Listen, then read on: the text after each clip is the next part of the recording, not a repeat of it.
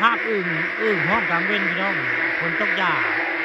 ฝนตกหากระยาได้อยู่บริเวณบ้านโคกสาดตำบลนาตาลอำเภอเต่างอยนะถ้าป่าทองคำมาชมมานี่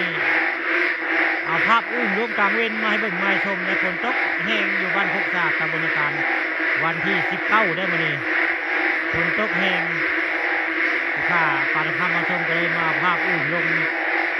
อยู่บริเวณหนองน้ำบริเวณบ้านโคกสาดตำบลนาตาลอำเภอเต่างอยได้อยู่ฝั่งพุ่งคนละฝั่งพุ่งกับ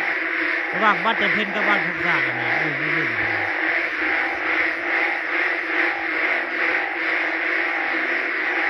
คิดว่าลายพ่อสะเทือนไม่ได้ด้วยอย่างที่อื่นพูดถึง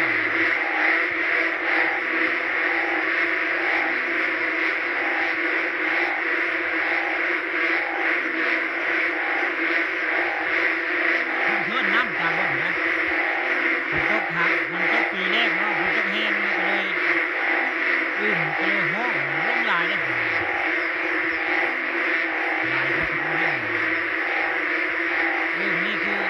เป็นบริเวณบ้านโคกสาดตำบลนาตาลอำเภอเต่างอยนะครับป่าทองคำพาชมอึ่งห้องกลางเว้นพี่น้องมาเด้อไปบักจับอึ่งมาเอาเด้ออึ่งบ้านโคกสาดลงกลางเว้นพี่น้องถ้าป่าทองคำมาชมเอาภาพอึ่งลงกลางเว้นมาให้เบิ่งมาชมนะเป็นประวัติการพี่น้องเป็นอึ่งคนเจ้ากลางเว้นนะผม